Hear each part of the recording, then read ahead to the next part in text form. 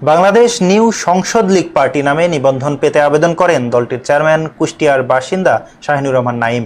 যেখানে হাইকোর্ট 2015 সালের 8ই নভেম্বর দলটির নিবন্ধন দেওয়ার সুপারিশ করেন, সেখানে বাংলাদেশ নির্বাচন কমিশনাররা বলছে পরবর্তীতে জানানো হবে।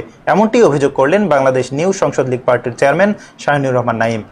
কুষ্টিয়ার ভেড়ামারা 16 দাগের বাহিরচরে দলটির প্রধান কার্যালয়ে বসে তিনি আরও জানান, সেই থেকে প্রক্রিয়া চলছে, কিন্তু এখনও দলটির নিবন্ধন পায়নি। বিগত সরকারের কারণে গত নির্বাচন কমিশন দলটিকে নিবন্ধন দেয়নি।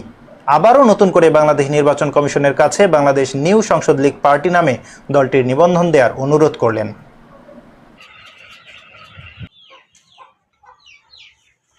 প্রধান নির্বাচন কমিশনার সাহেব, আমি মোহাম্মদ শাহিনুর ইসলাম নায়েব,